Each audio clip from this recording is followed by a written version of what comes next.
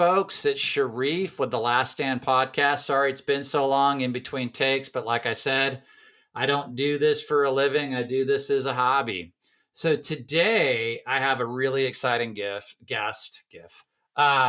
It's a person who I've wanted to have on for a while, and I think it's timely now as kids are accepting I guess their colleges are reaching out, and obviously kids are making their decisions on which colleges to go to.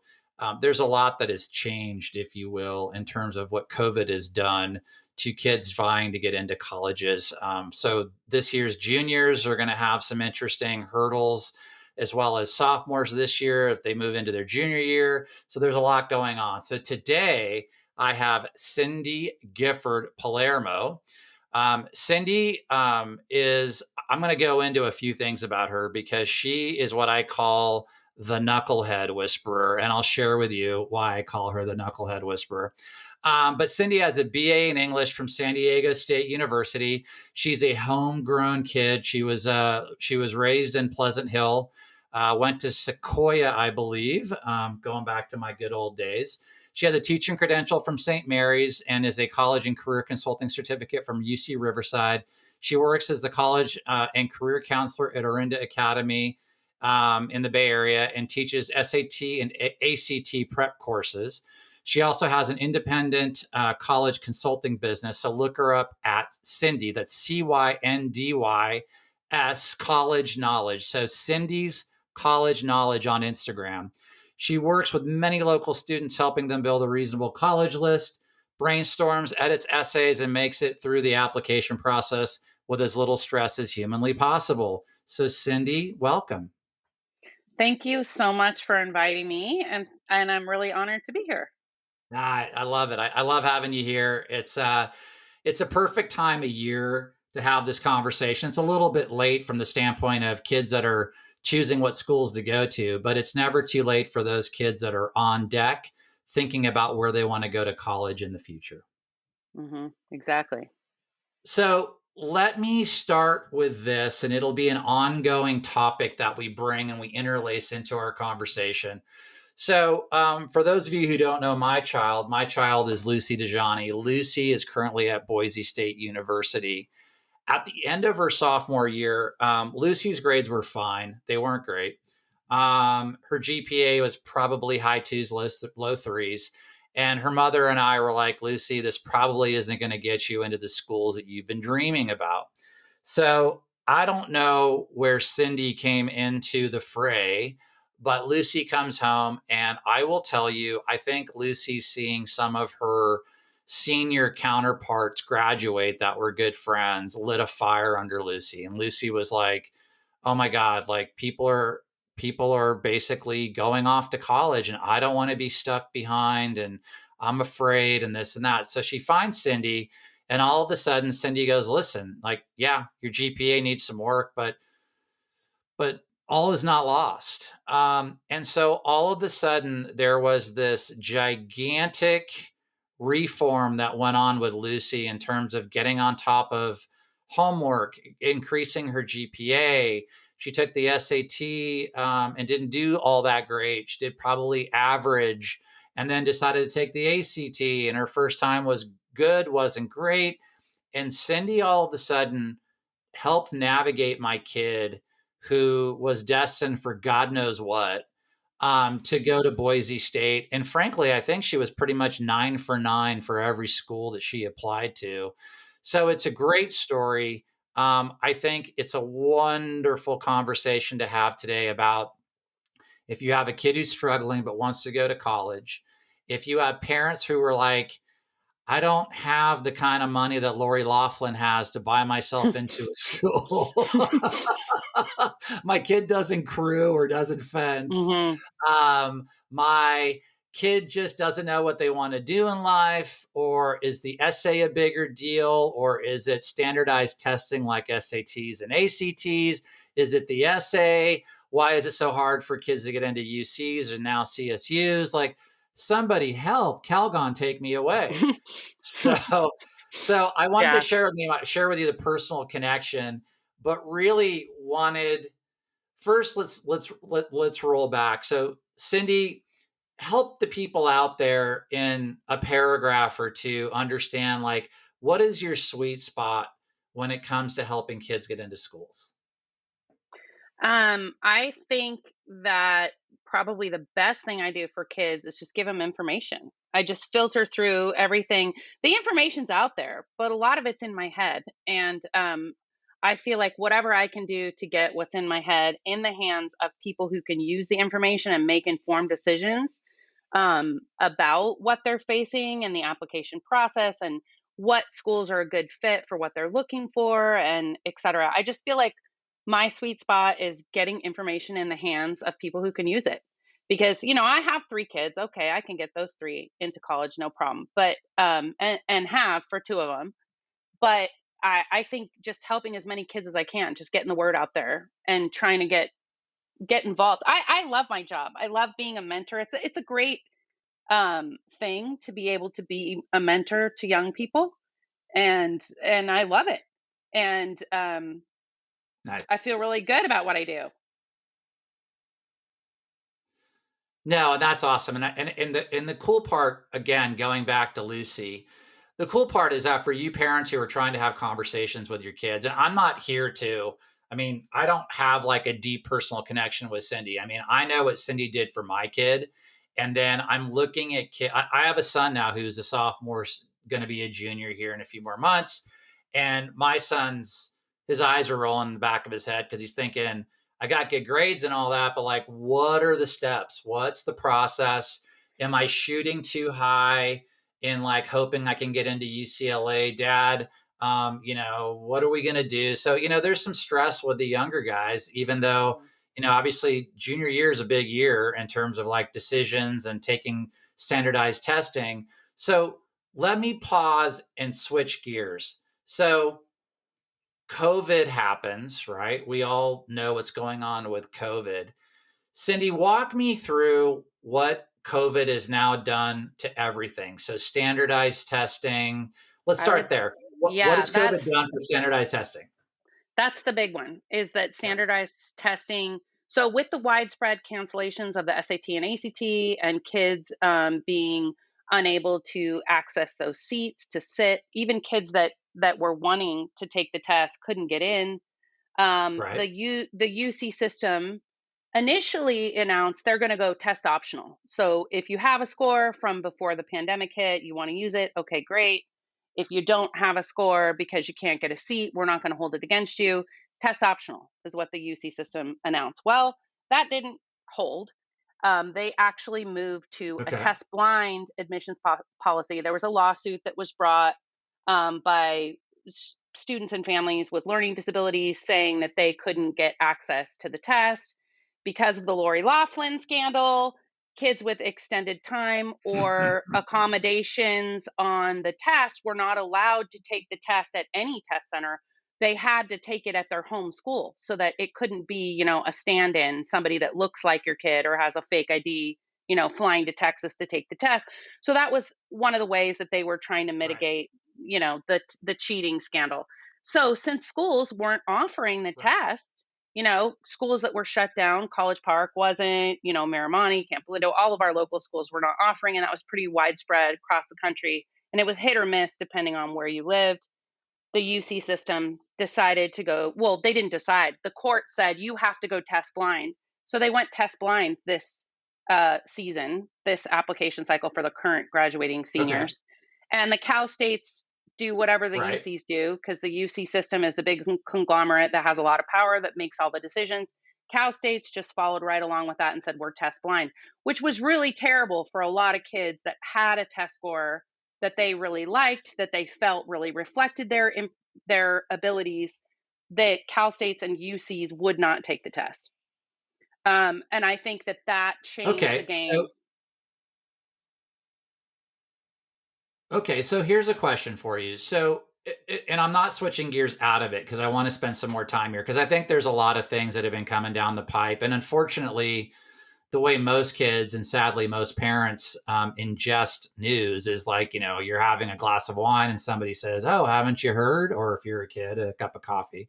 But here's a question. I mean, So when college admissions or whatever the title is, when they're looking at a kid, it starts off with the GPA, I'm guessing, right? In terms of, okay, so Bobby has a 3.5.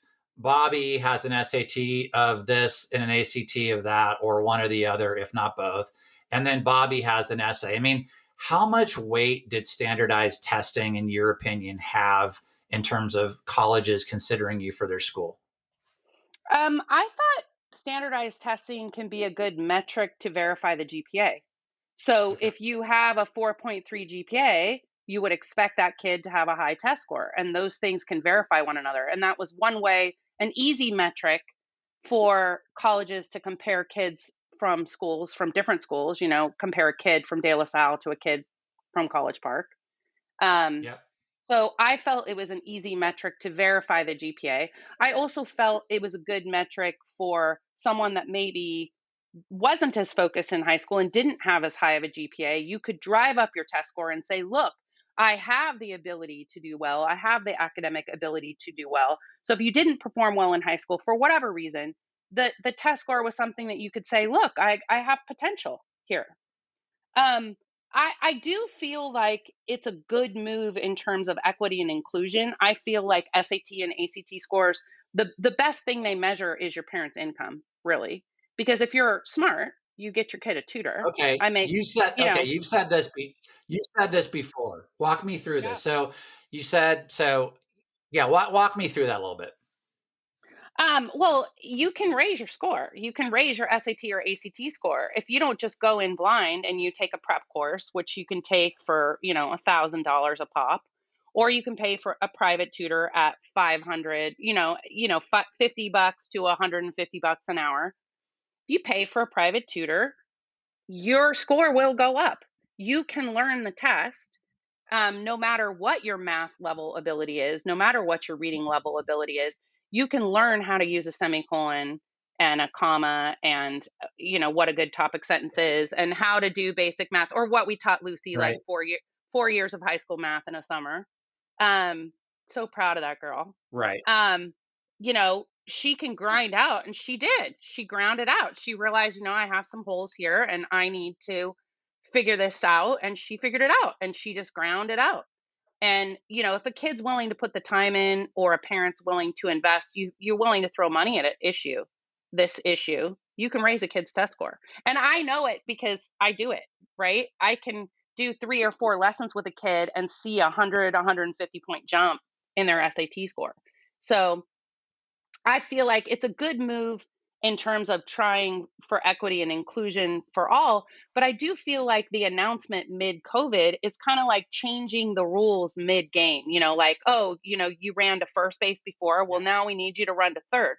Well, now your extracurricular activities are more important. But yet, who could do something extracurricularly during COVID? That could be dependent upon your family's level of comfort, in terms of getting out and doing your extracurriculars, all out of sports. A lot of their typical things were canceled. The kids who got creative with their extracurricular activities and did stuff from home, they did well in the application cycle. And then it just places more emphasis on the essay. So then they're looking for the UC system, they're looking holistic admissions, they're looking at an essay. Now it really is a measure of how you can convey yourself in an essay. But also, were you the kid who could take an unpaid internship? Because if you can afford to take Yeah. an unpaid internship, my daughter had a internship in between junior and senior year, and she didn't say my daddy got me this internship, which is the truth. She did. Guess what she omitted from her essay? Daddy got me the internship.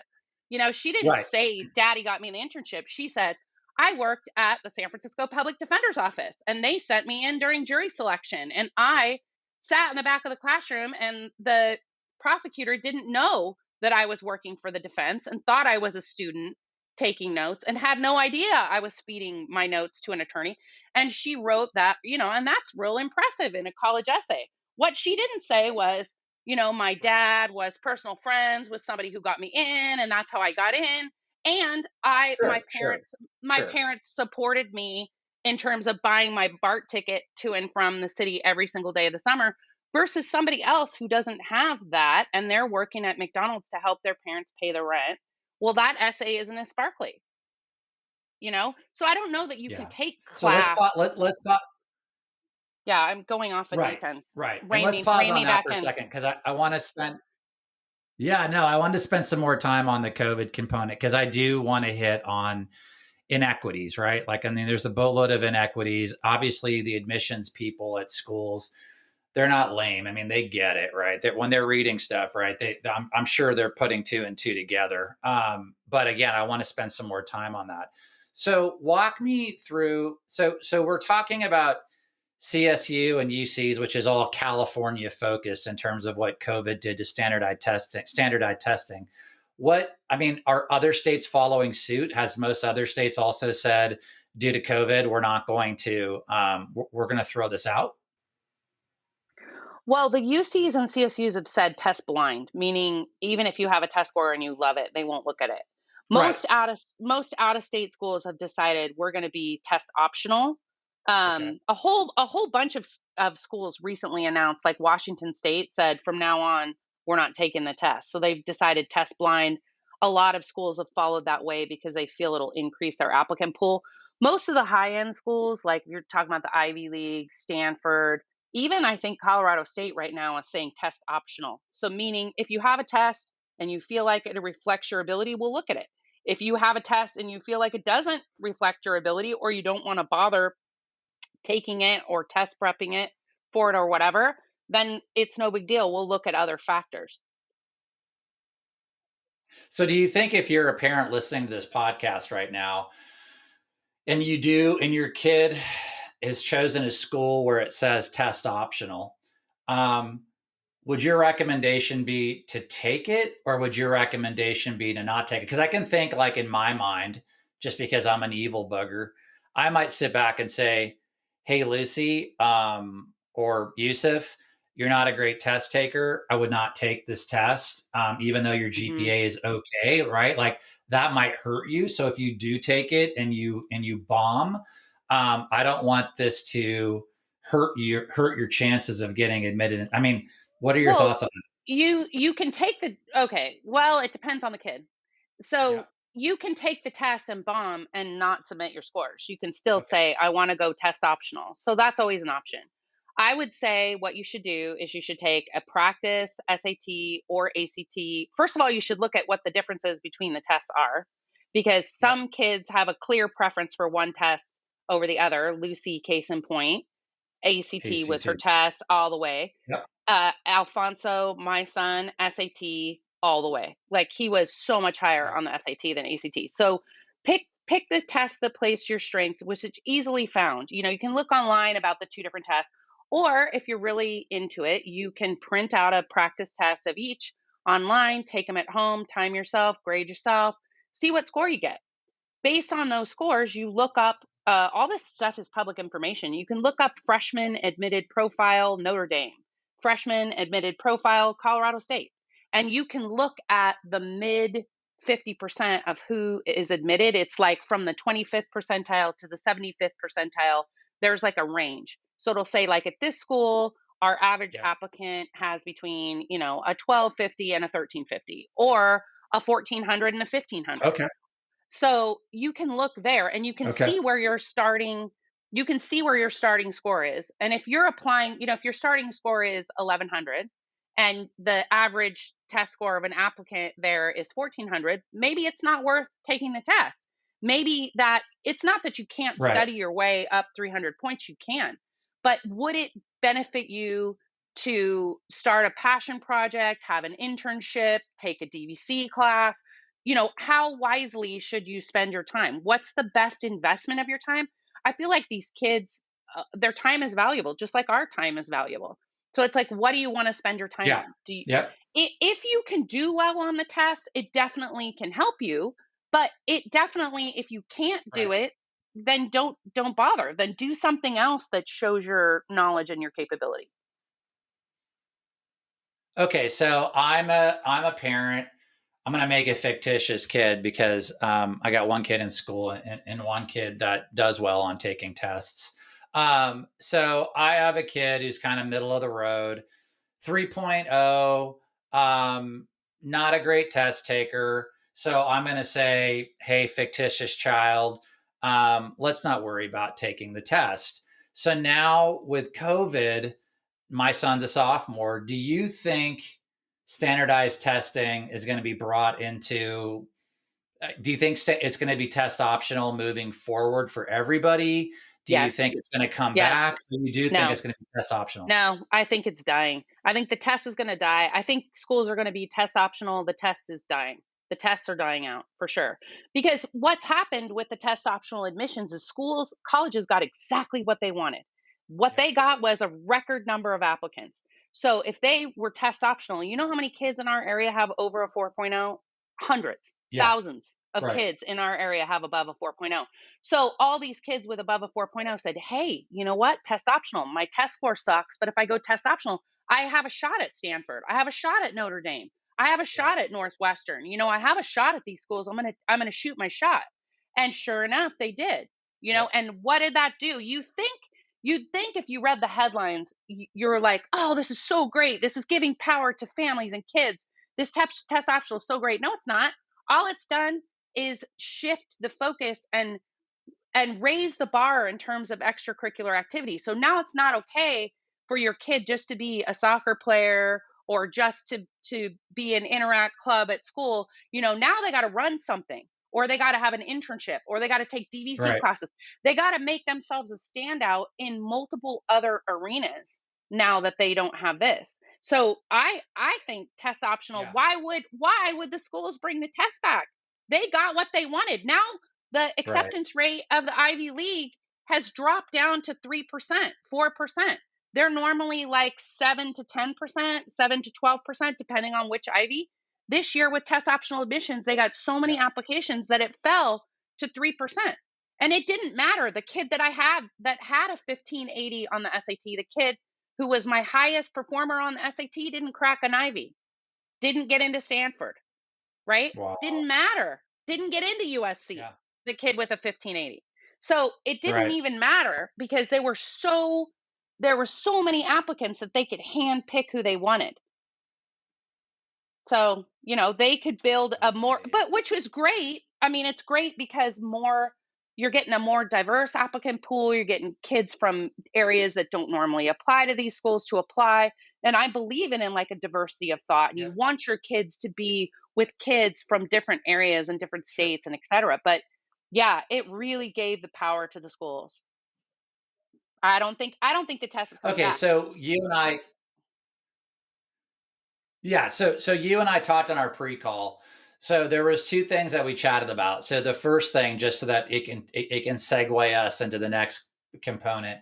So you thought, so when I was thinking about it, of course, with my little micron brain, I looked at it like, man, the elimination of standardized testing is great. Like I think, man, this is great because I always thought it was a Hmm. racket.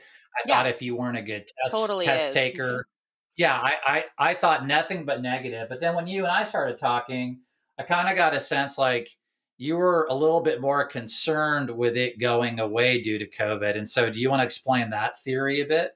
Well, I just feel like test optional would have been fine for the UCCSU system to not give the kids a chance to show their score if they wanted to or if they had it pre COVID.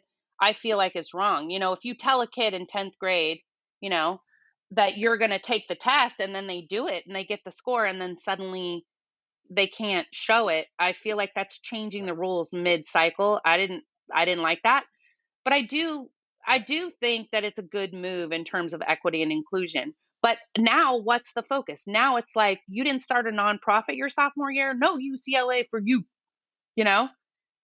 You can't just show Right. that Right. you're a Right. Right. smart Right. kid. You can't just be a smart kid with good grades. Getting too competitive. It's too competitive.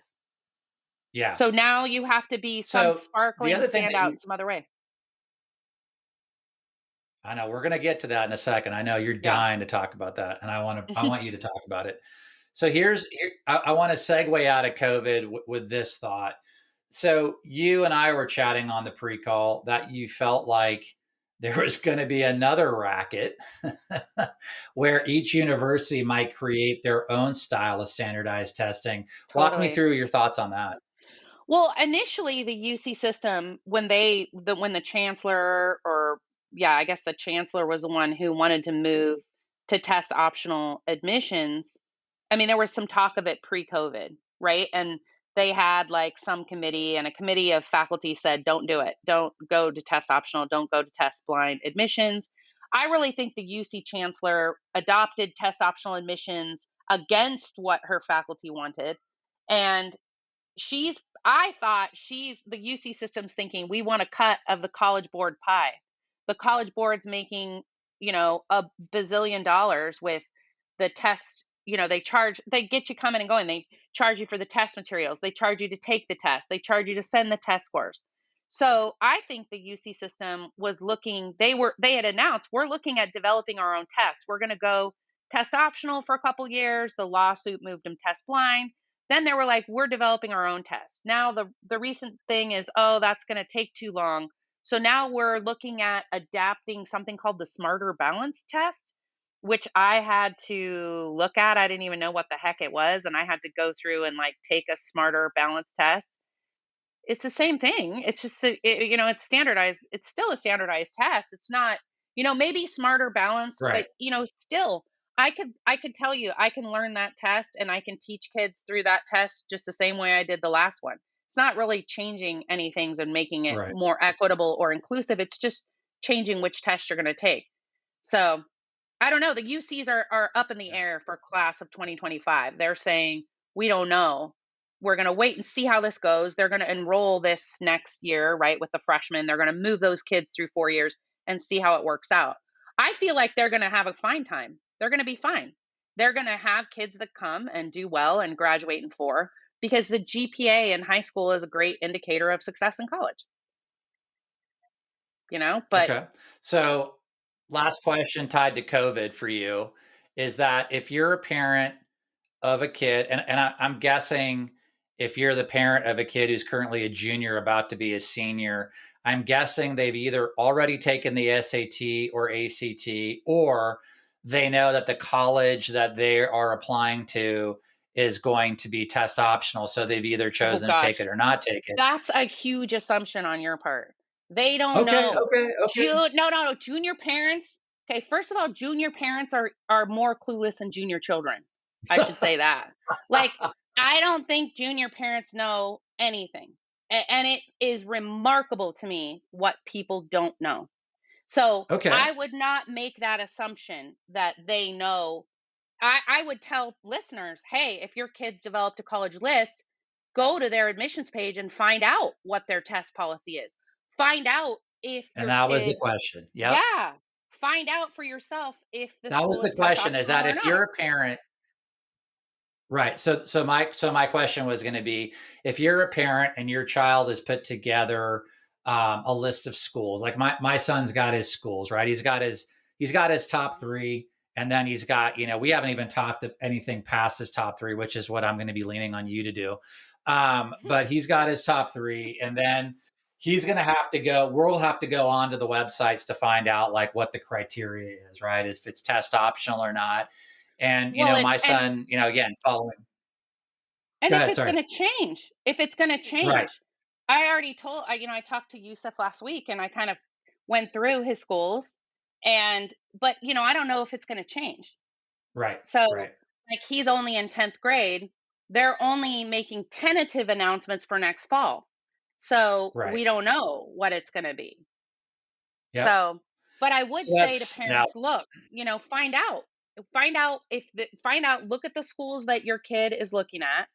Look at your kid's transcript. Figure out, because not figure out what the school is taking, what they want them to take. You know, just because Okay. College Park tells them to take these classes doesn't necessarily mean that's what the college wants. So look at the prerequisites in Got terms it. of classes, in terms of getting registered in classes. Look at in terms of, are they taking the test or not? And look to see how the college calculates the GPA, because the UC and CSU system don't look at freshman year and they don't look at senior year. They only look at courses that are in the A through G requirements, which means, if your kid took weights, sophomore year and get an A in it, it's not going to help his GPA. So when you log on to Aries and you look Got at it. their GPA, you look at the top of the transcript and you see, oh, Susie's got a 4.1.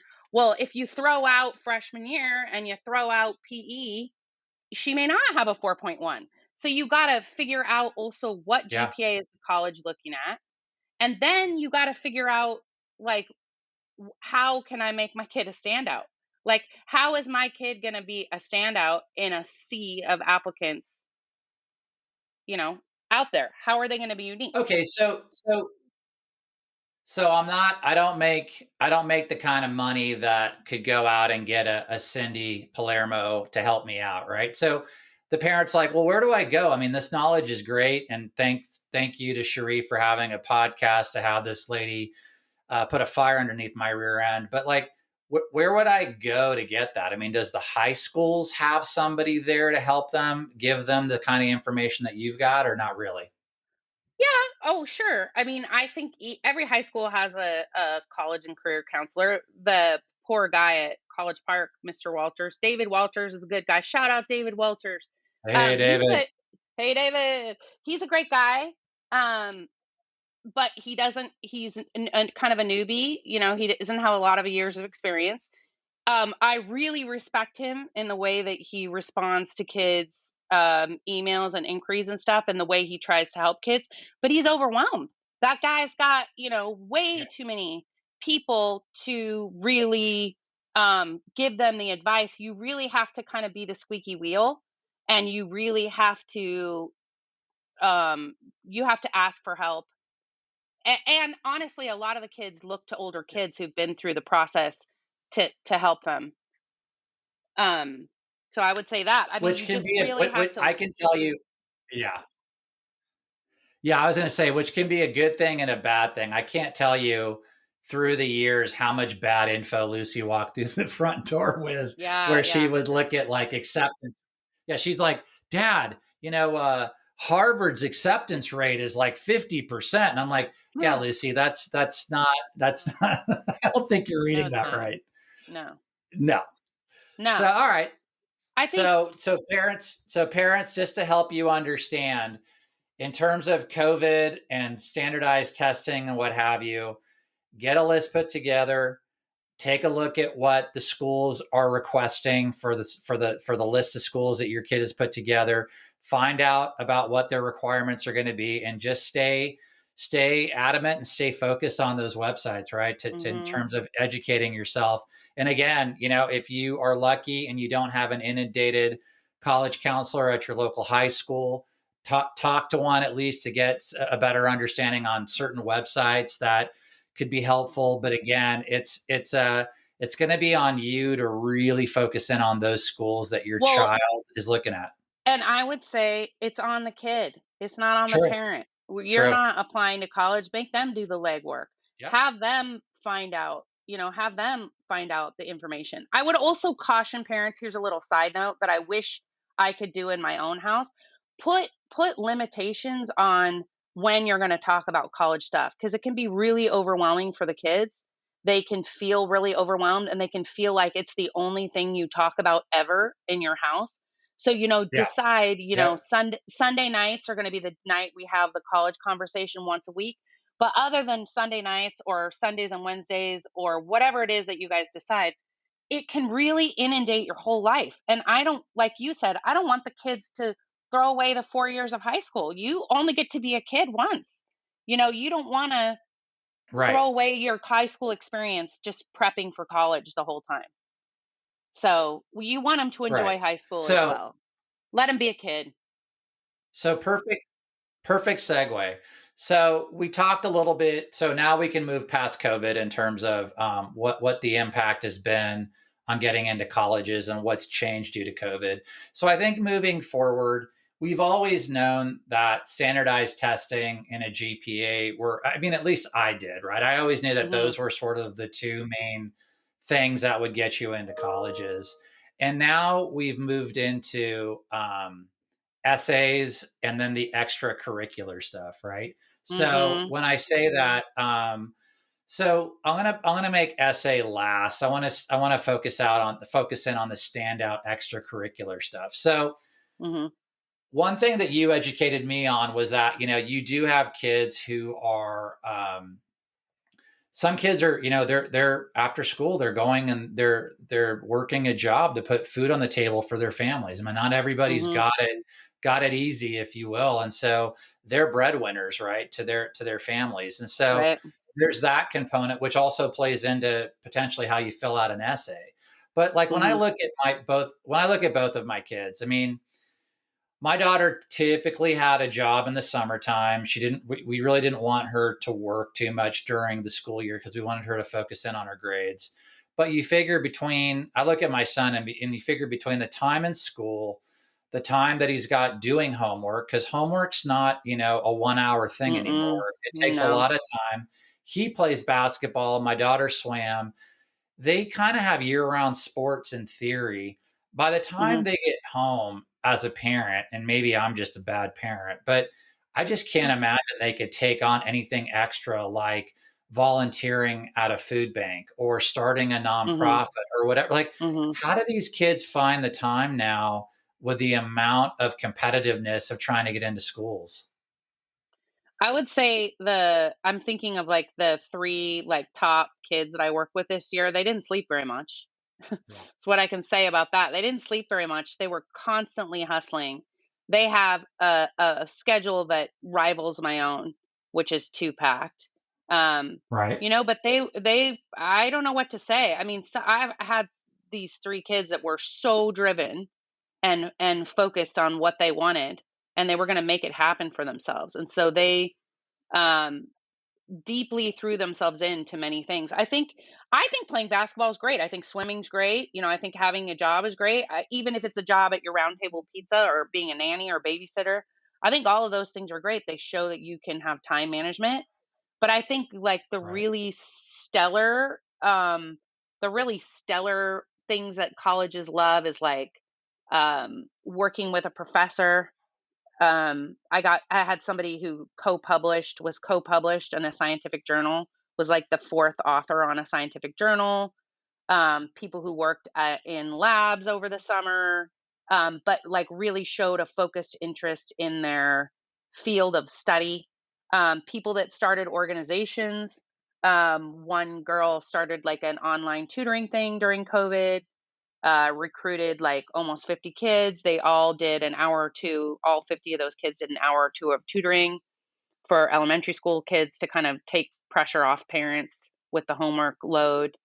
Um, I mean, they're amazing. I mean, these kids, especially this class that is graduating right now in 2021, they're amazing kids. I mean, they do amazing things, Yeah. um, things that you wouldn't even Right. imagine.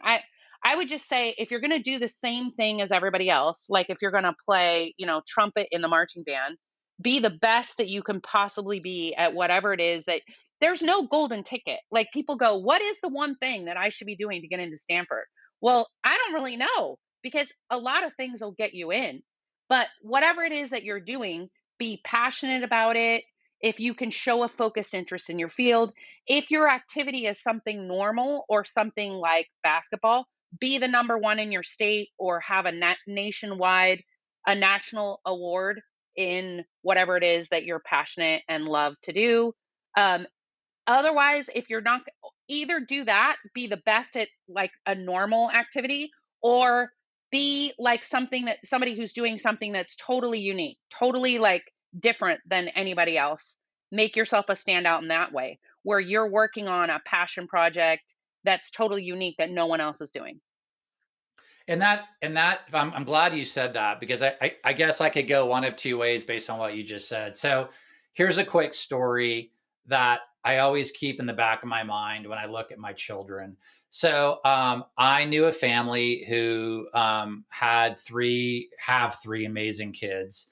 Um, all three went to Pleasant Hill schools, and then they went to Carondelet, which is a Catholic all girls school here in our area. And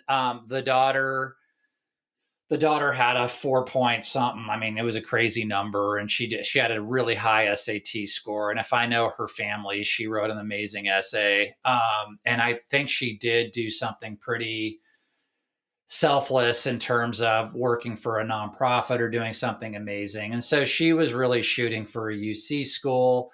And of the, I want to say, eight applications she sent out, she only sent one out to a CSU, just thinking there's no way I can't get into seven of UCs out of the eight.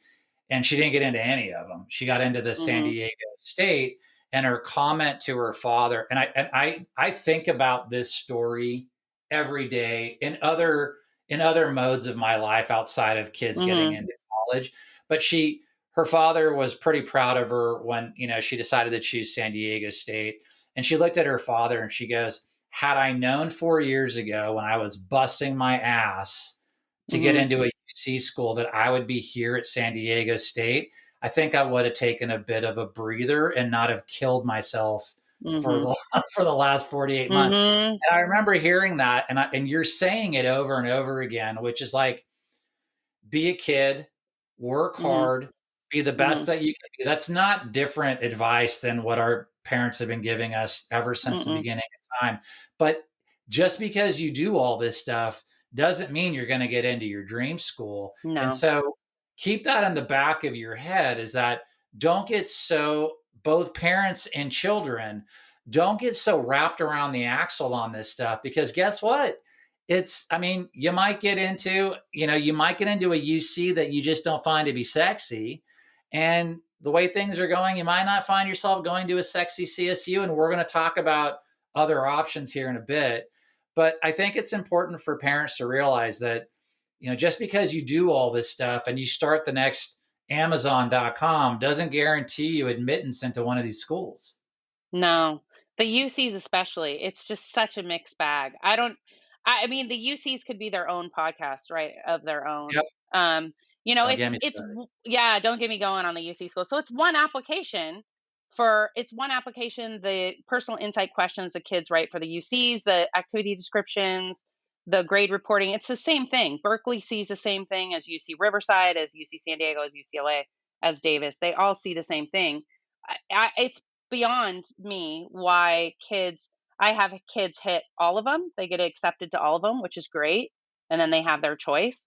Or kids get into a couple, but not all of them. I had a kid get into UCLA, but not Berkeley, and not UC Santa Barbara. Right? How does that make any sense? It makes no sense. It was exactly the same essays, same same essays, same whatever. So I had a couple kids hit all of them. A couple of kids, that one Yeah. boy, I can't figure out what happened. Why did he get into LA and not Santa Barbara and not Berkeley? I don't know. Kids that got the Regent Scholarship at Davis, which means you're among the top applicants, but didn't get accepted at other schools. I don't know what. I mean, the UC's got to get their stuff in gear, need to get their stuff in order, I think, because it shouldn't be so subjective. Yeah. They call they call it holistic Right. admissions, and I guess it depends who else applies and who else applies under your major, and all of those kind of things are factored in, but it just doesn't sit right with me why a great kid would get a Regent scholarship at Davis but not get into Berkeley. You know, just doesn't make any sense to me. Okay. So we're going to talk. Right. So we're going to talk about this on the next one. So to sort of wrap this up, so we talked about GPA, we talked about standardized testing, we talked about Mhm. standout curricular stuff. Mhm. In my story with Lucy, the essay became very interesting because, in fact, there was a little bit of a hiccup where, for some of the schools that Lucy got into, the wrong transcripts were sent, reflecting a lower GPA. And so Lucy looked at me and she goes, how in the heck did University of Colorado at Boulder admit me with that GPA? And her ACT again was fine. It wasn't off the charts. I mean, it was a strong score, Mhm. but it wasn't like a 1580 on the SAT. So she's like, it had to be the essay. And I was like, yeah, your guess is as good as mine, but it probably Mhm. was. And so, I texted her this year. I texted her this year and I said, "Just to let you know, it was your essay, girl, cuz I had some people with higher GPAs get denied from Boulder this year." So I said it was your essay. That's what got you in. So there's the question, right? So that for those of you guys listening, and Cindy probably knows this better than I do. So Lucy got accepted to University of Colorado at Boulder. She got accepted to Colorado State, which was a huge one for her. In fact, she was all Colorado State until probably early into her senior year. Boise State, she got into. She got into Sac State. She got into Chico. She got into Northern Arizona. She got into University of Arizona.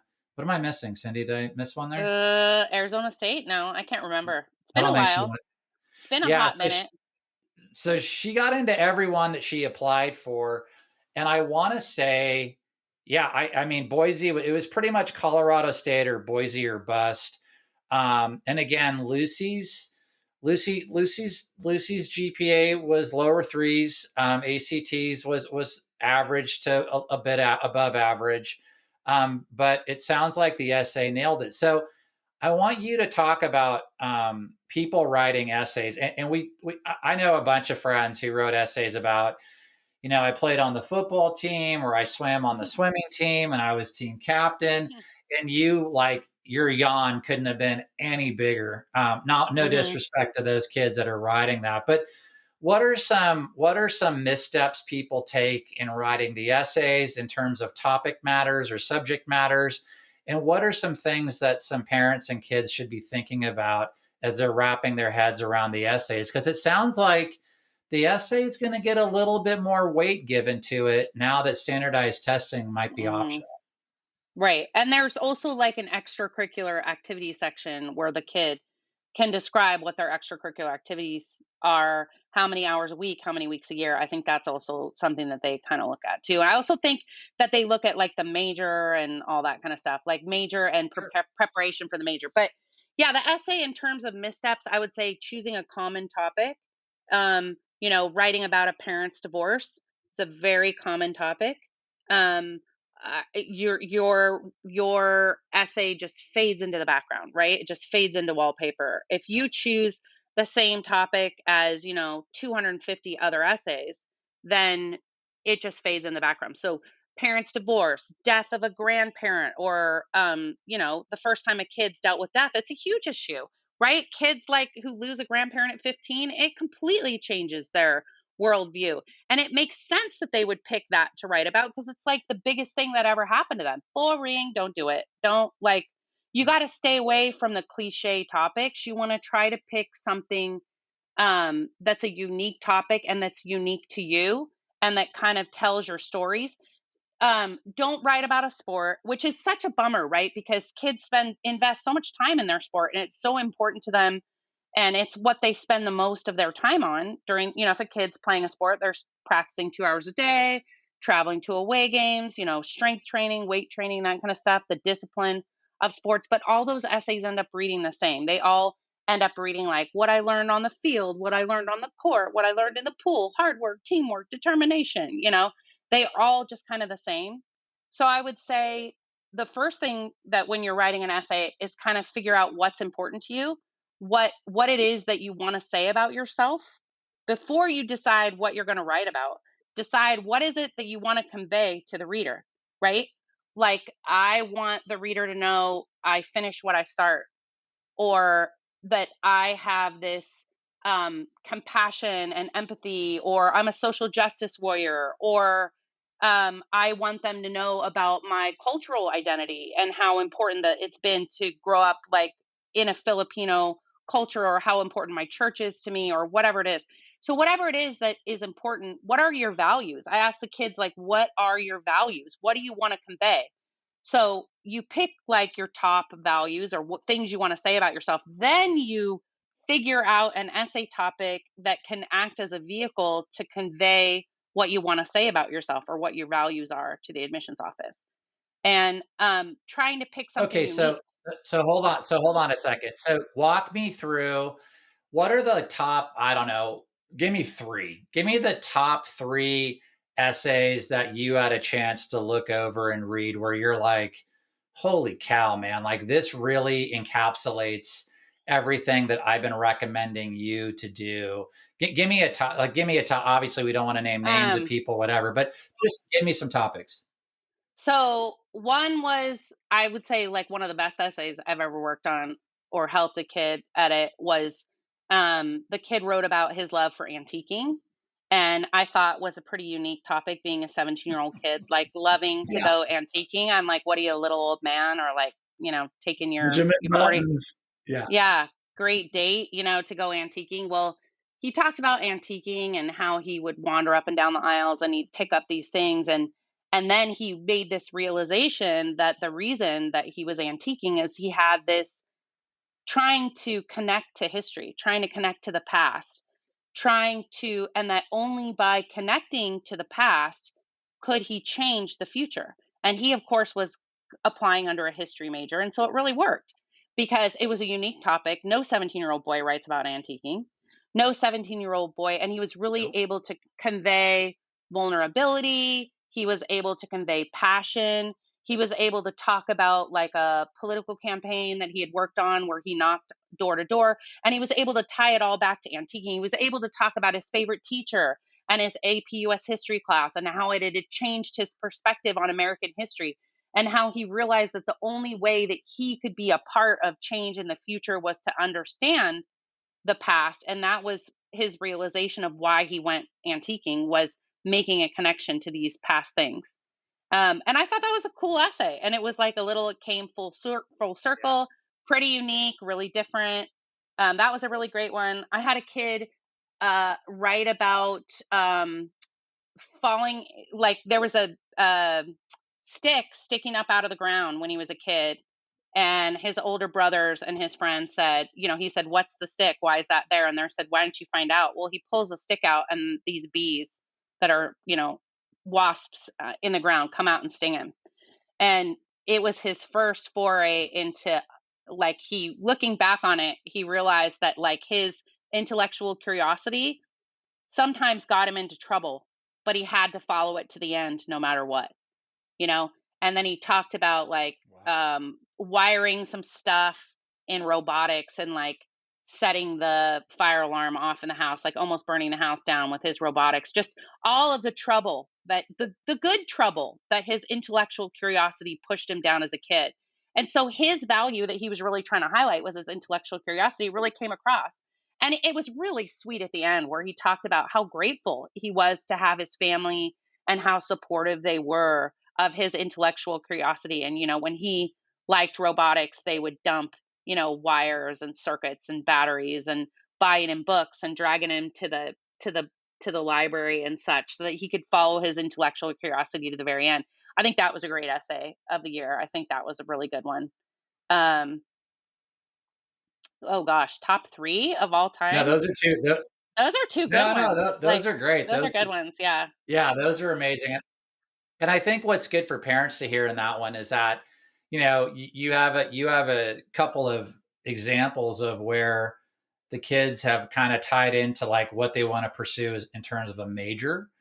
Mhm, You have kids like tying in something that they did as a child, and they weaved it into a narrative where they talk a little bit about like that particular action or that particular form of curiosity has stayed with them, and he put it and made it relative to different things in his life growing up. And so again, again, nobody wants to read a story they've already read before, right? They want to right, sit kind right. of captivated.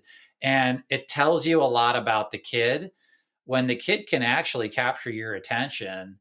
Because I mean, like, let's be clear. I graduated from Sacramento State University, and I quickly became one of the youngest executives in the newspapers in California.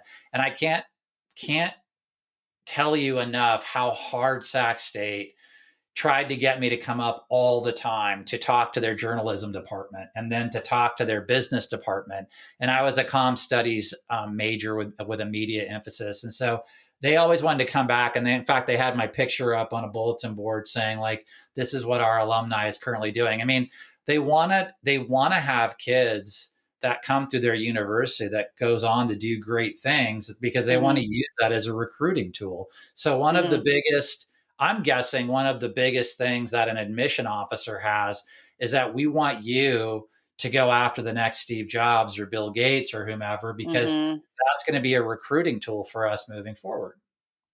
I think that's the big ticket you really hit on in terms of elite college admissions. If you're talking the Ivies, Stanford, Yep. that kind of stuff, those universities have like these incredible resources. Well, they don't want to bring you on campus if you're not going to use those resources. So they want the kid that will absolutely throw themselves into every opportunity and create opportunities for themselves and have a track record of doing that in high school.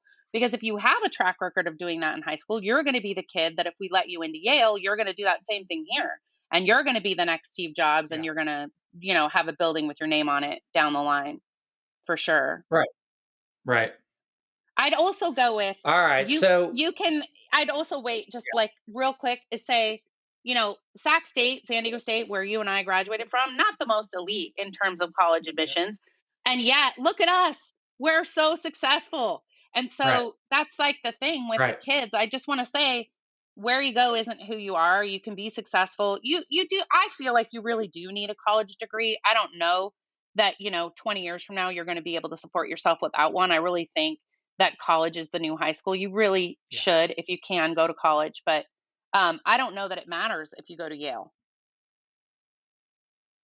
Yeah, no, I don't disagree. And again, I don't want to interject my personal feelings around Right, private schools or right. I like it is what it is. Like to each their own. It means a lot to a lot of people. So I mean, God bless if you can afford it, or if you want to go broke trying to afford it, that's totally on you. As an aside, as you said that, I used to laugh my butt off because I worked at Yahoo for 5 years, and the one thing that used to drive me crazy at Yahoo is we had something called the intranet, which was like the phone directory. But basically, we called it Backyard. And on Backyard, you could go and take a look at all the employees at the company. And there was a background, and it would say like what school they went to. And I swear to you, for probably a good 3 years, every time I went into a meeting, somebody threw down like what school they graduated from. And so Mhm, because it was a tech company, you can only imagine. I mean, Stanford was right down the street. So it was Stanford grads, Cal grads, MIT grads. I mhm. mean, it was just a who's who. And so when they got to me, I was like, yeah, I'm that state college kid. I'm Sac Mhm. State. And they all kind of giggled. So And then I had this boss named Al Etchemendy, and Al got his master's degree from UCLA. But Al was the sniper of zingers, and Al said, "Well, the kid from Sac State has made his goal more times than any of you guys have in this room." mhm, So he's like, "He must be doing something right." And your parents overpaid for college, so congratulations to Sharif and Sharif's parents. mhm, So everyone in the room mhm. was like, "Okay, let's." Yeah. Let's go to the next agenda. Right, exactly, So exactly. yeah. Anyways, there's that aside. All right, so let's talk a little bit about. So I this is going to be the political component of our conversation, and I don't know that you have the answer to this, but at least it's something that we can talk about, and it might get the blood boiling of listeners. So, when did the UC schools become frickin' MIT and Harvard? I mean, listening to Mhm, you rattle off a bit ago about why one kid gets into Davis and they can't get into UCLA, or all of them except mhm. one, or what have you. I mean, when did it start getting so nutty? That's a really good question. I don't even know. I mean, I know that it's always been competitive, but it just gets more so every year. And this year, with the college, with the test optional admissions, and more kids with good GPAs trying to shoot their shot, UCLA went from what is typically 105,000 applications to like almost 150,000. So all of these schools saw a huge uptick in terms of their applications. I think parents were having their kids apply to more schools because they had no idea what was going to happen. So instead of a kid Yeah. applying to like, 9 or 10 schools, which is, typically been the average in the past. I had kids apply to 23 schools. My top kid applied to 23 schools. He was admitted to 8. He was admitted to 8 of the 23. Woo. So that tells you how difficult. And if I named the schools, that he got into, you'd be like, "Oh my gosh, so great." Like he got into UMich, he got a scholarship Give it to me. there. He got into Notre Dame, got a merit scholarship there, got into Rice University in Houston, which is like a top 20 school. You know, it's rated 16th. It's Yeah. amazing freaking school. Got into UCLA, Right. got into UC San Diego with money.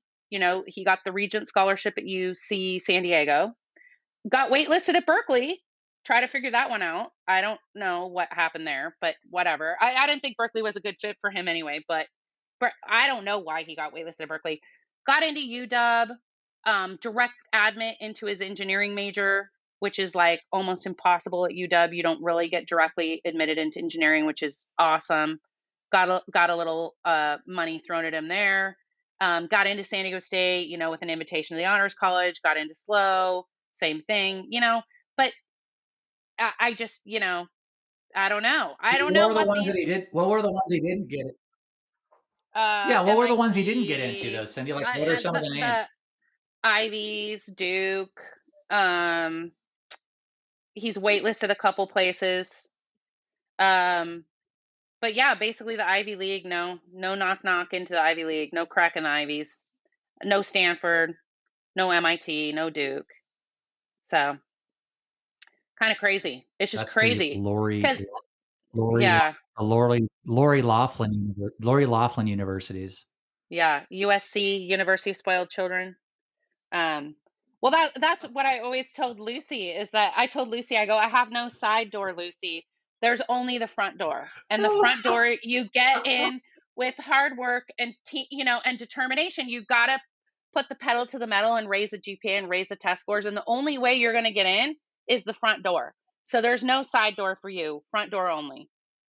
Um, so anyway, But yeah. I think that's where I think so. So here were some statistics I got into. So I won't lie, and this is going to sound horrible, but like to make this podcast realistic, I'm just going to share with you what I hear from most parents, and frankly, how my little brain works.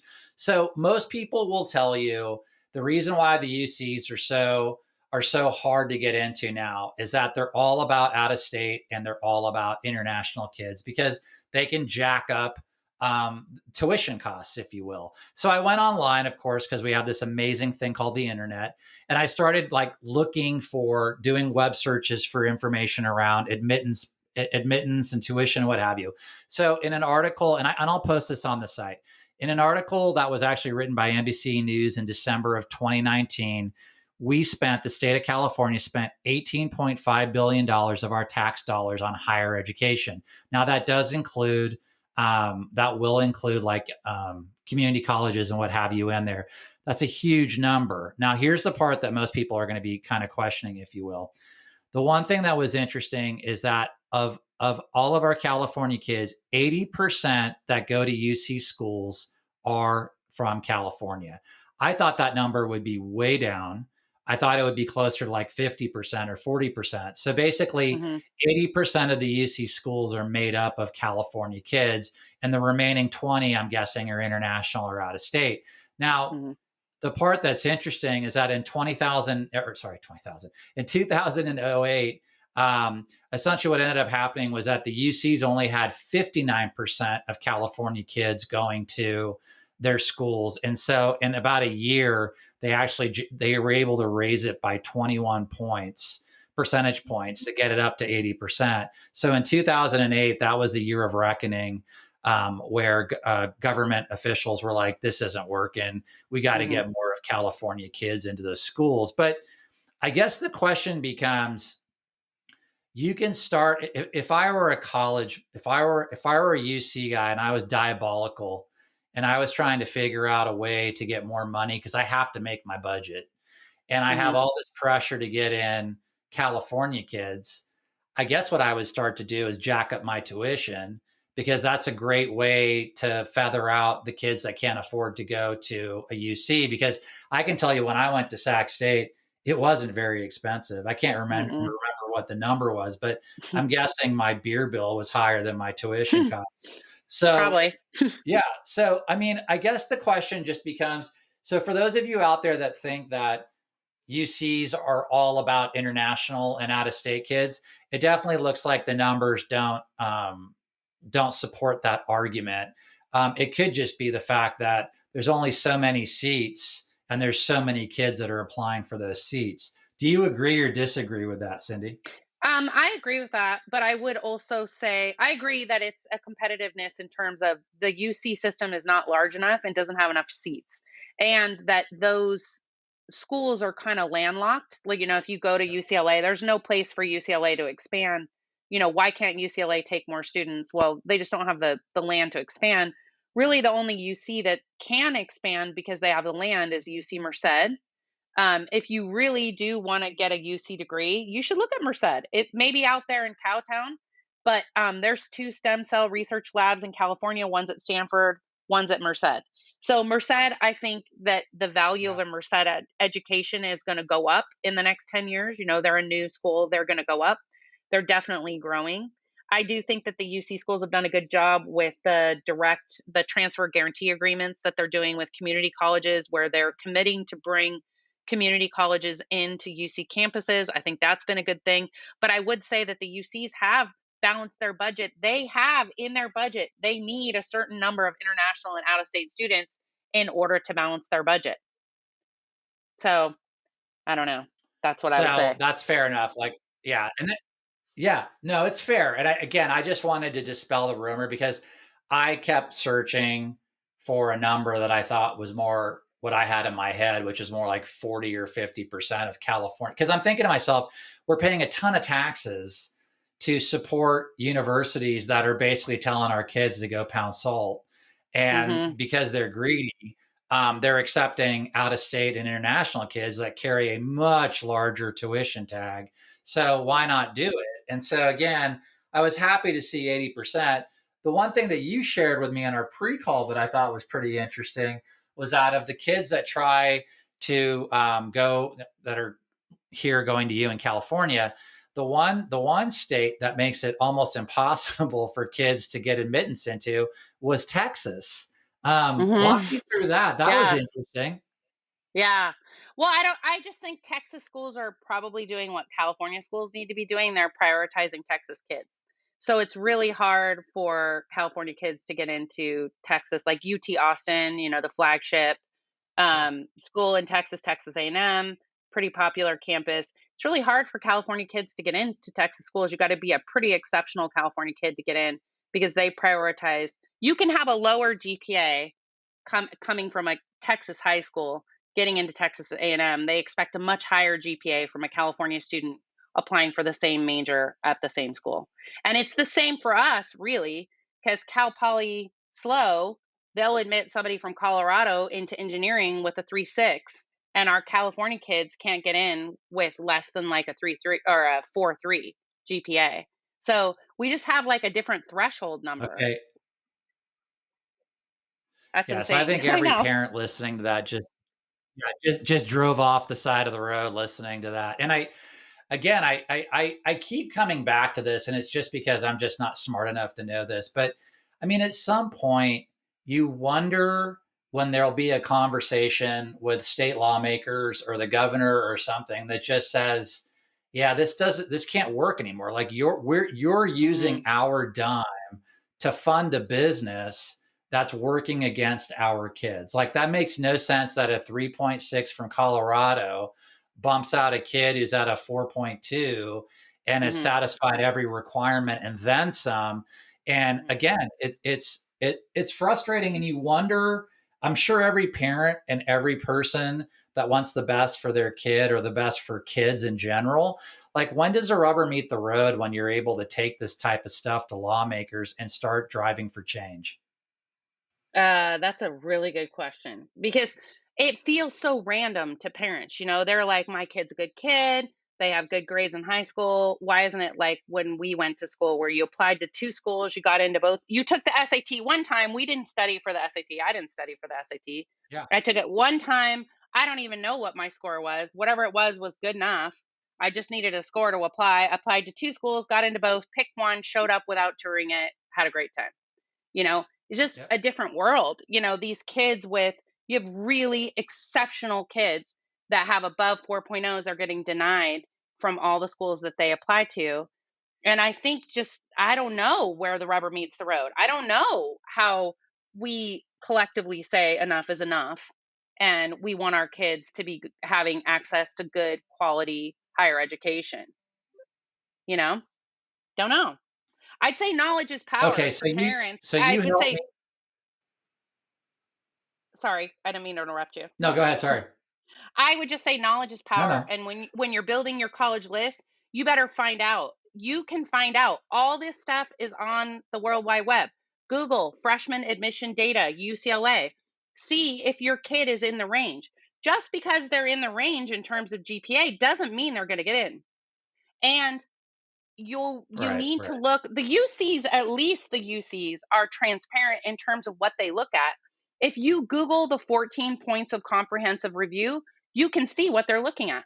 Rigor of coursework, GPA. They used to look at standardized test scores, that's out. They're looking at educational prep programs. This information is out there. You've got to find it. What is the school looking at? And if you don't know what the school's looking for in an applicant, then you can't cater your application toward what they're looking for. So you've got Okay, to so know what the perfect segue. UCs are looking Per- for. Perfect. Yeah, So go perfect ahead. segues. I won't lie. I'll say this out loud. I feel like the sexy CSU schools now are almost out of reach. So let me define sexy. So quadrant one, super sexy CSU schools: San Diego State, Cal Poly. What am I missing in super sexy in terms of location Long and Long Beach locale? State, Long Beach State, I would say Okay. is the third most popular. Okay. Then the middle kind of feels like Chico, Sac State. Um, God, I'm thinking about all the state schools there. I mean, I kind of like when I talk Fullerton, Cal State Fullerton. Fullerton, Northridge, maybe people like the Sun. Yep. And then, the ones that no one ever, I don't hear anybody talk about is Stanislaus State. I rarely hear about Fullerton unless you're an LA kid. Most people up here, I don't know that I ever hear them say Fullerton, but like, so you have your quadrants, right? So I'm thinking San Diego State and Chico State, or sorry, and Cal Poly are your new 4.0s. You got to nail it. Oh, Poly indeed, especially. indeed they are, because I spoke Yes. to a San Diego State admissions officer. They normally admitted a 3.95 GPA. This year they were at a 4.1, and they said there were kids with 4.2s and 4.3s that were not admitted, and the admissions office was trying to work with them to get their appeals filed so that they could get in, with a 4.3 or 4.4 GPA getting denied from San Diego State. So at San Diego State, Cal Poly, and Long Beach, all three of those schools admit by major, meaning you're competing against everybody else who's applying to the same major you're applying for. There are more competitive majors, there are less competitive majors. Um, but all this stuff is public information. You got to just dig until you can find it. You can find what majors are less competitive at SLO and apply under those if you really want to go to SLO, right? Okay. Okay. So that's perfect. So thank you for pausing there. So that was the next question. So when I was looking at schools, Cal Poly, both of my sisters went to Poly. A lot of close friends of my family went to Poly. I mean, I was pretty much partially raised in Atascadero, which is right outside of San Luis Obispo. So Poly was ingrained in my brain for a long time. And then my dad and I sat down and we were taking a look at some of the different things, some of the different majors I could major in there, and there wasn't a lot. I mean, if you were Mhm. into engineering or farming or whatever, I mean, it Mhm. was small. So, like, I was going to try to get in under journalism, but it was going to be more on the business side of journalism, which wasn't Mhm. exactly an area of expertise. So, my dad basically said, "Son, you're screwed. If you go in there for journalism and you don't like it," he's like, "I don't see you becoming a farmer anytime soon. And Mhm. frankly, you're not smart enough to be an engineer." So he's like, you got to realize that most kids don't typically stick Yeah. with the Oh, way they yeah. clear, right? There's the rare kid that stays in the same major that they start Yep. with. The rare Yep. kid. Yeah. So that was the lesson I learned early from my sister and from my father. They just said, make sure that if you pick a school that it's got a variety, right? Which usually meant Mhm. go to a bigger school, because the bigger the Mhm. school, typically the wider range of different Mhm. majors they had. So I understand why Poly's become a bit of a pain to get into. A, it's a dream location. And then B, like you said, it's a small school and it doesn't offer thousands of majors for you to delve into. Mhm. So Chico State and Sac State kind of feels like the next two schools that are going to be increasingly harder to get into. What's your theory on that, or am I totally full of horse pokey? I don't. Yeah, I think you're kind of maybe making that up. I don't know. Okay. I don't think Chico and Sac are really competitive. I feel like if you have above a 3.0, preferably the higher GPA you have, the higher your chances are of admission. But I don't have kids getting denied from SAC or Chico under any major at, a 3.5. You can get into both those schools and study whatever you want. I think for the most part, for most college campuses in the United States, most are looking for students. Most need students to keep their lights on.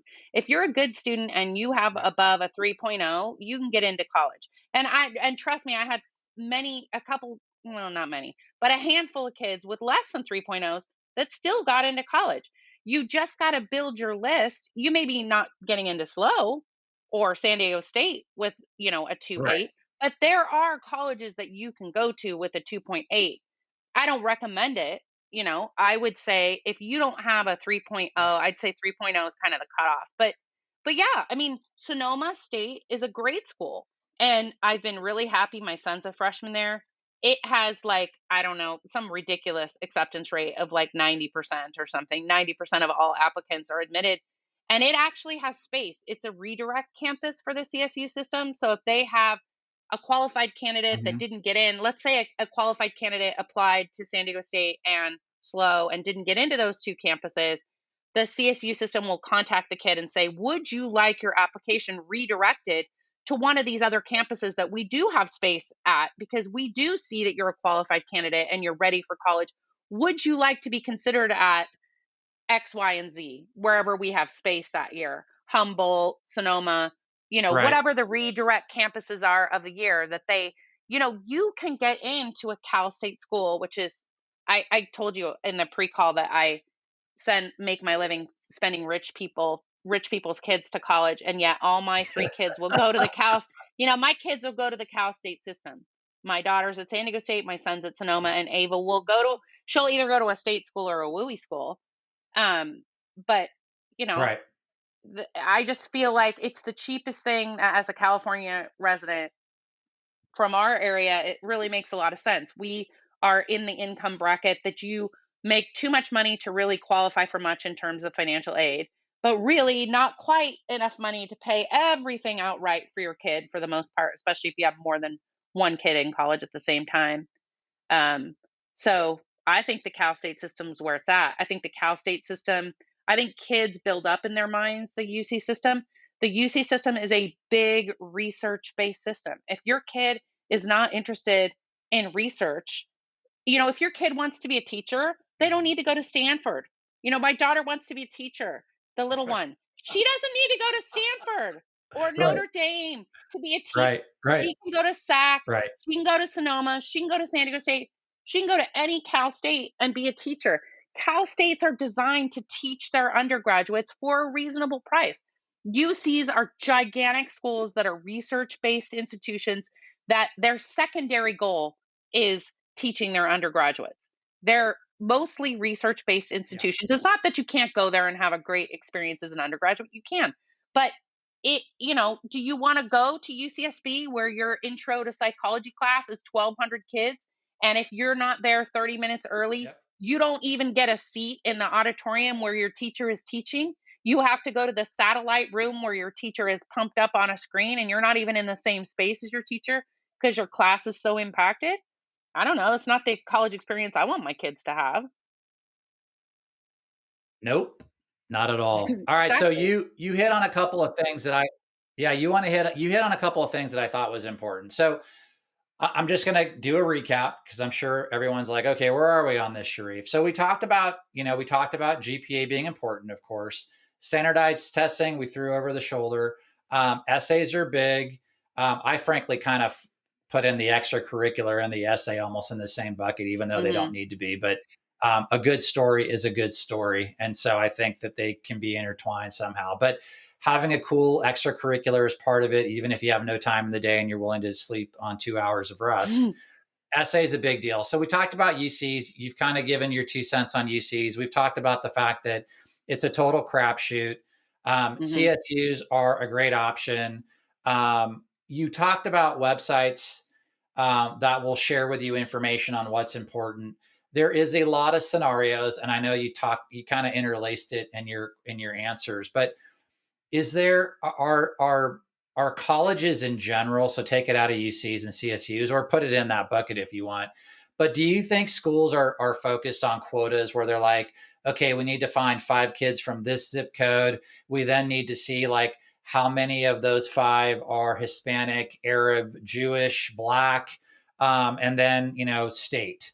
I mean, do you think Mhm. there's a matrix that colleges have where they're like, okay, so based on essay and GPA and extracurricular, they got thrown into the yes bucket.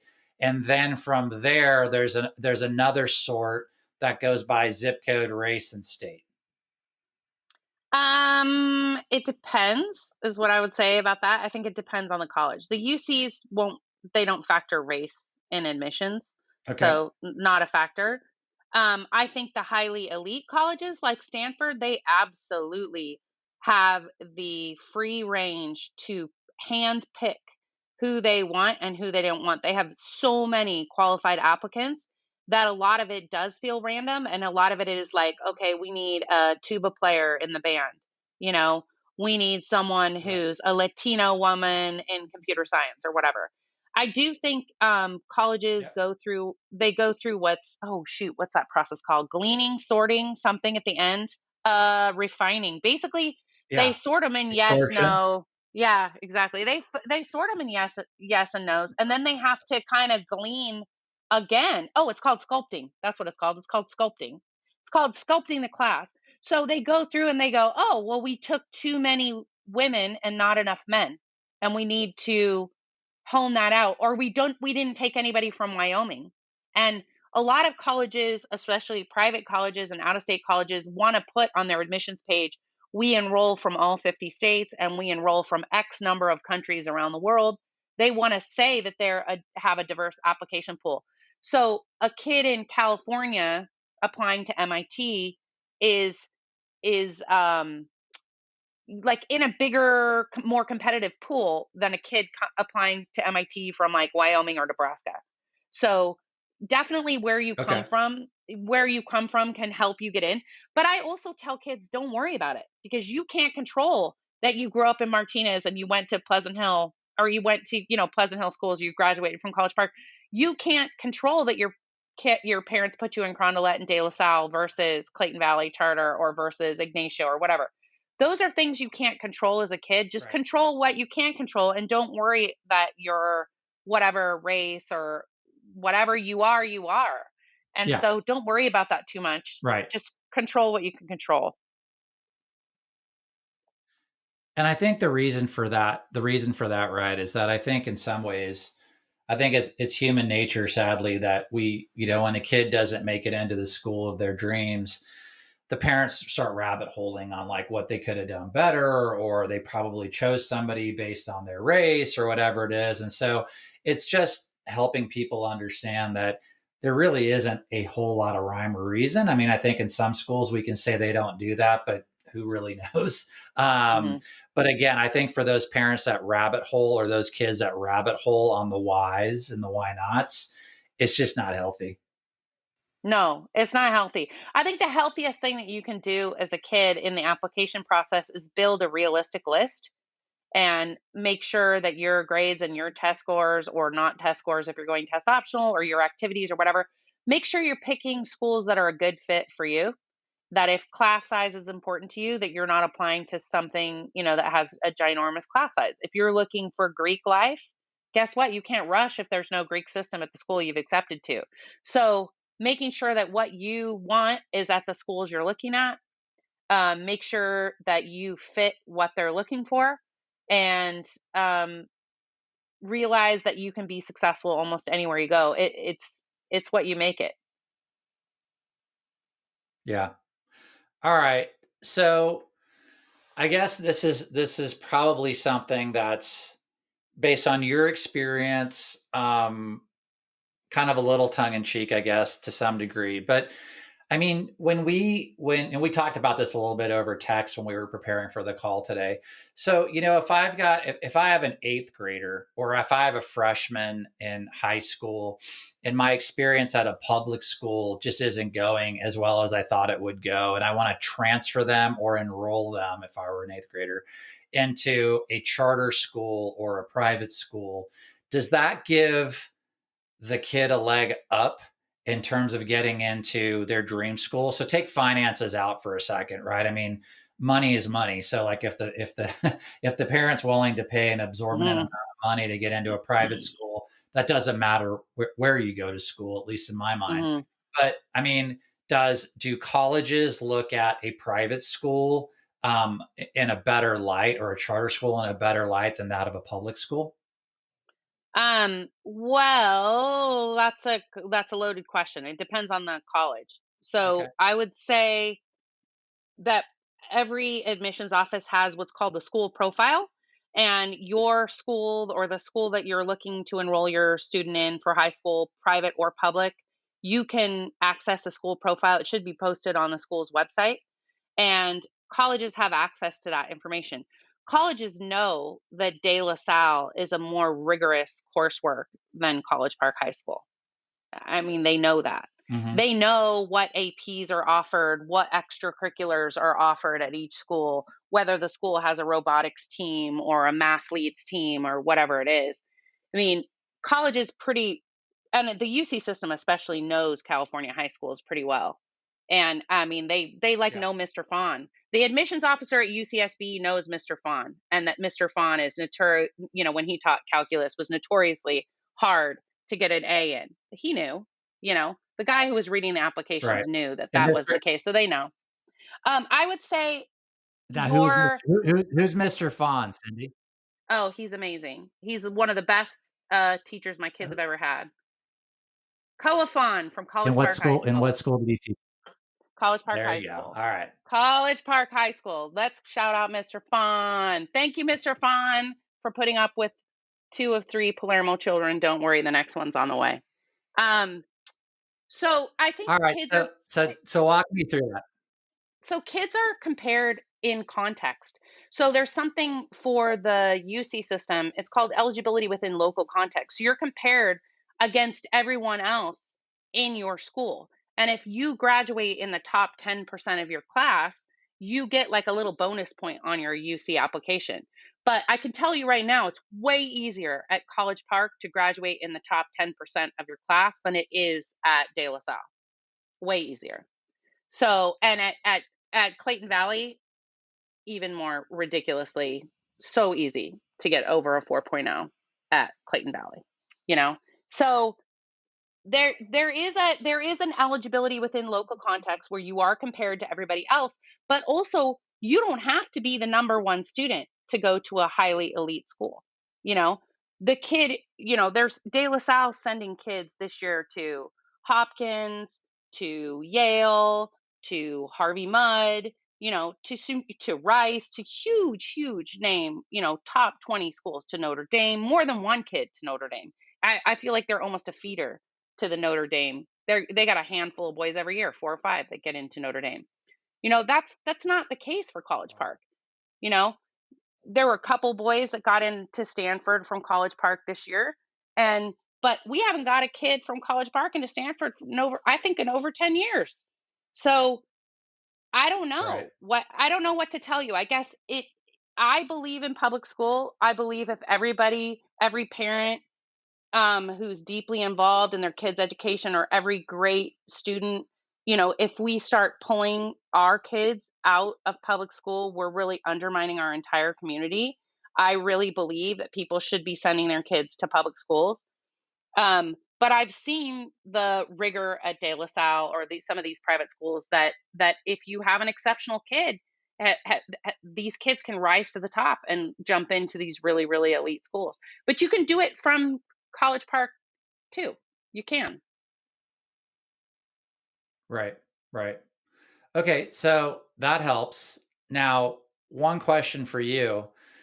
Let's talk a little bit about out of state. So as I've been talking about during the course of this call, the out of state exodus from California has gotten higher and higher. So I think as soon as kids realize that they can't go to a school that they felt was the right fit for them, they're like, screw it. If I can't get into Poly or San Diego Mhm. State, or if I can't get into a UC school, I'm out of here. Right. Mhm. So my daughter chose Boise State. There's a lot of kids. I mean, every time I turn my Mhm. head, it feels like kids are going to Boise, they're going to Oregon, they're going to Mhm. Arizona. It just feels like the Mhm. Western states are getting a lot. Now, as I say that, and I want to talk to you a bit about that, there is a little bit of confusion. In fact, I was playing bocce the other night, and a lady came over to me after she found out that Lucy was going to Boise, and she says, "Well, I'm just hoping that the WUI comes in for us and we're good to go." And I looked at her and I said, well, my experience with the WUI was a little bit different, right? Like it's not an Mhm. instant, like you have a 3.2, Boise takes you and you get WUI. Mhm. Every school that when Lucy got accepted, we got this packet that explained financial aid, scholarships, and the WUI. And the WUI, at least in the schools that Lucy had applied for and got accepted to, it was predicated on a pretty high GPA, at least of the schools that Lucy came into. So walk people through the WUI because I do find everyone's got a different snapshot on it. And I do Mhm. find that more times than not, most parents and kids don't really get that you have to earn Mhm. the WUI. It's not about matter of where you live. Mhm. Yeah, I think the WUI's great. I mean, I always say, like, you wanna save money, WUI, Yeah. you should apply under the WUI. So, when we say WUI, we mean WUE. So, if you Google WUI, WUE, if you Google WUI PDF, WUE PDF, you can come up with a list of schools. Basically, we have transfer agreements or we have, um, an agreement with these schools in these Western states that a California kid, California resident kid can pay 150% of what an in state student pays. And each school is kind of different about how they grant the WUI.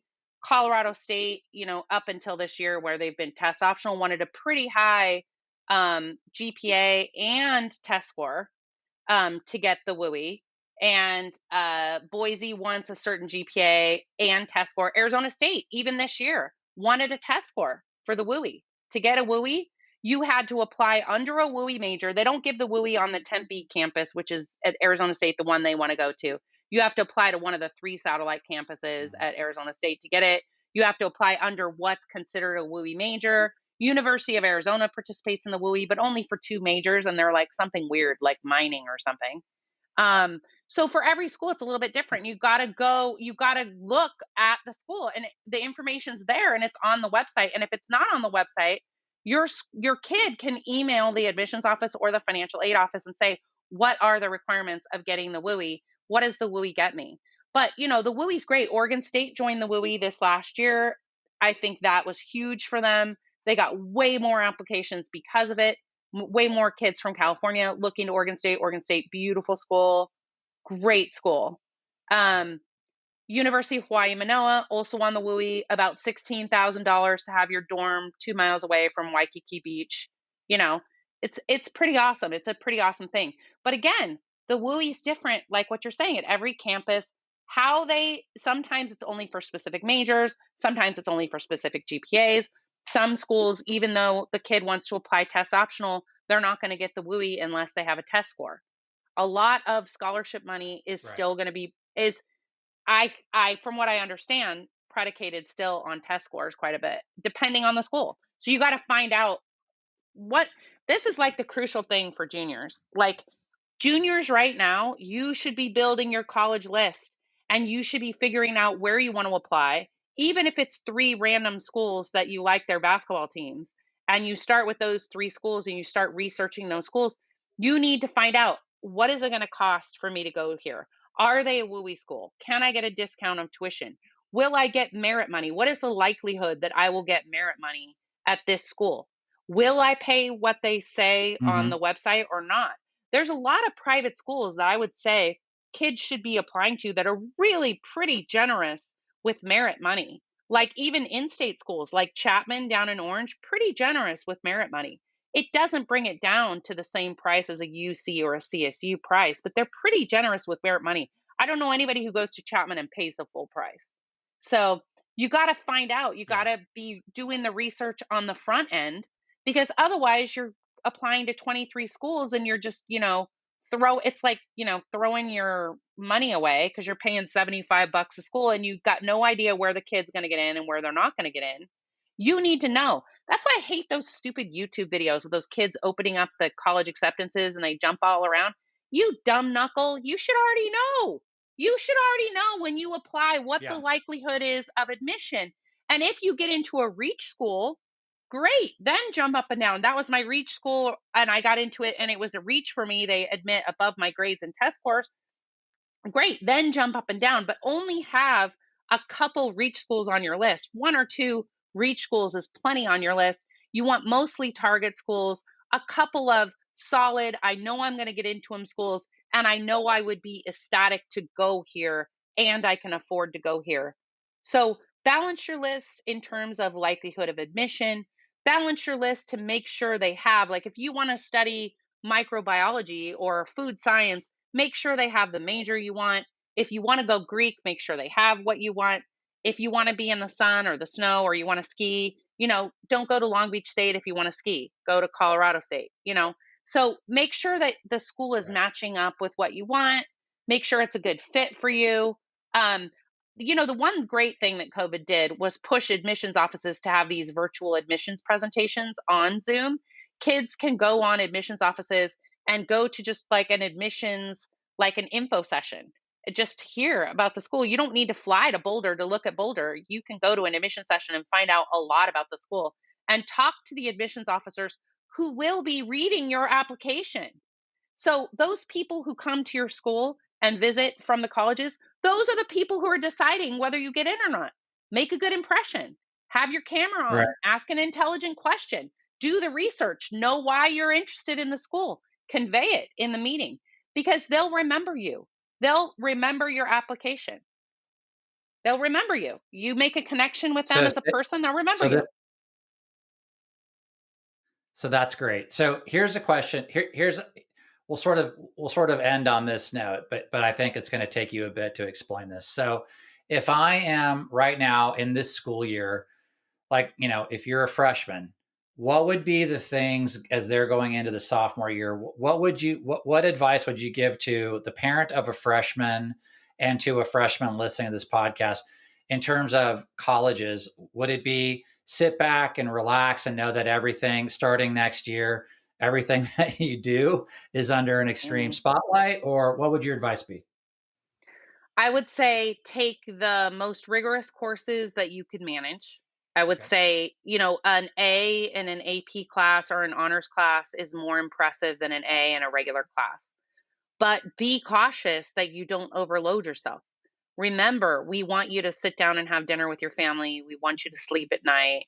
I think you can challenge yourself without overdoing it. You don't need to take AP everything. Um, you can challenge yourself in what you want to be challenged in. I would say I'd say GPA is more important than ever. Picking classes you can do really well in. If you want to drive up your GPA starting after summer after ninth grade, I would say community college classes. My daughter is finishing ninth grade right now, going to take community college classes this summer to further drive up her GPA. The only thing that was really available to her as a sophomore, I think, was AP World, or like she could have taken an AP Science. I was like, eh. Her dream is to be a teacher. She's not going to Stanford. She doesn't need to take AP World. Yeah. She can take a regular history class and be just fine. Take some community college classes in a focused interest in what she wants to study. I would say for kids, you want to cap out the basic curriculum. So you want to go through the highest math your school offers, you want to go highest English, take you're going to have to take 4 years of English, granted. If you take a 5th year of Mhm. English at a community college or outside, that's great. That looks like a bonus point. Calculus seems to be now a cutoff for schools. Kids are really, you should, if you can, if you're a math person, especially if you're going into STEM, you should make sure you get through calculus.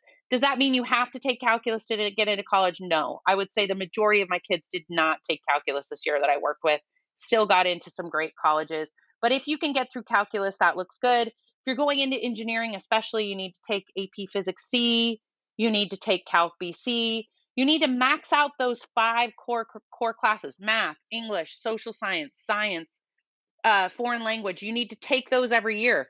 Don't just take 2 years of foreign language. Take three, take four if you can handle it.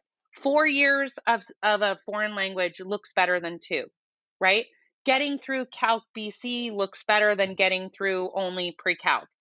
Getting through all 4 years of English, taking AP Lang or AP Lit as a junior or senior looks really good. So challenge yourself, but you don't have to take AP everything. So I would say I had two of my own kids, just like how we're saying Yusuf and Lucy are so different. My two college students are completely like opposite ends of the spectrum. Isabella, built for school, great test taker, AP classes were making her hair fall out junior year. I think she graduated at weighing 96 pounds because she was so stressed she couldn't eat. You know, been great. San Diego State's been a great experience. She's going to graduate from San Diego State this year and get into any law school she wants. She's probably going to go to UCLA Law. She's going to be able to do exactly what she wants from San Diego State. My son, showed Right. up. Sometimes, he did some homework. Sometimes he didn't do some homework. He didn't do volunteer work in high school. He did what he wanted to do. He did what he was passionate about. He pursued his art. He pursued volleyball because he loved it. And maybe I'm a bad parent. I never made him work at the food bank or like do what I just let him be like, do what you want to do. He took some community college classes. He took ASL outside of school. He took some art classes at California College of the Arts to pursue his art. And he got into he was like Lucy. He hit all 9 schools that he applied to. I felt bad that he hit his reach schools. I'm like, oh no, should have had him. And Lucy too. I feel like for all those kids out there, I feel like if you don't get rejected somewhere, I'm doing it wrong. Like if you don't get rejected somewhere, we're Mhm. not aiming high enough. So I love a kid that gets in everywhere, but I also feel like maybe I did something wrong in building their list. I should have pushed them a little higher. But yeah, I also feel like it's a rite of passage, getting that rejection, dealing with it, moving on. Right. It's part of growing up. Um, so I would say that's All it. right. I'd say look So at look so at that rigor helps of the there. coursework. Look at rigor of the coursework. Look at So preparation so for the so major. so my kid's a sophomore going into his junior year. So you've checked off freshman, you've checked off junior. Sophomore kid now, right? They've had a year, they've had taken some APs. What they should they be focused on outside of what you just kind of walked us through with the freshman? Well, I'd say grades are the basis of everything. If you don't have the grades, it doesn't matter what essay you write. Like your grades need to be there, the rigor of your coursework needs to be there. Then I would say you need to look at extracurricular activities and trying to make an impact. I always say like you need an impact component. You need to be impacting the world. You got two arms, you got two legs, you got a brain. You need to be doing something to make the world a better place. And it can look like any number of things, but the more impact that you can have, I said, think of yourself as a rock in the still water. You want those ripples of impact to go Right. out and out and out and out. And like what you were saying about journalism, right? I have a kid in Orinda. He's publishing, he was publishing in his school paper. Now he's publishing in like the La Marinda, news.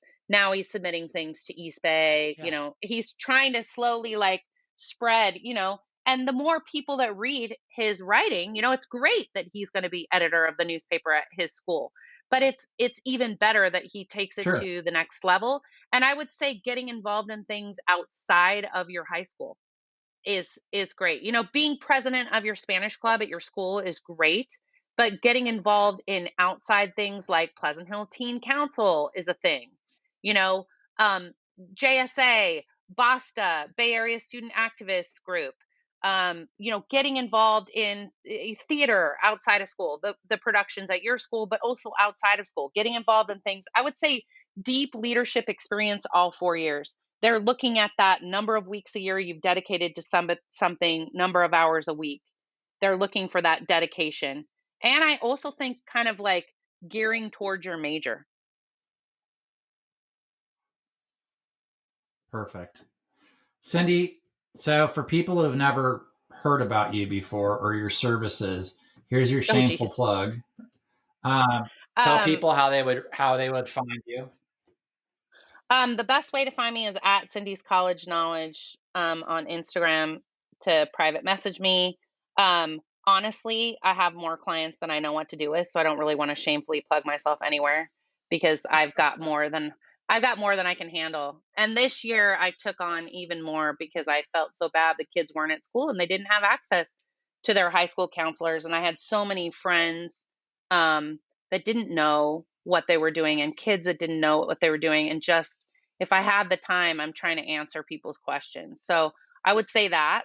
I would just say, if you have a question, you can message me on Instagram, um, or have your kid message me if they have a question.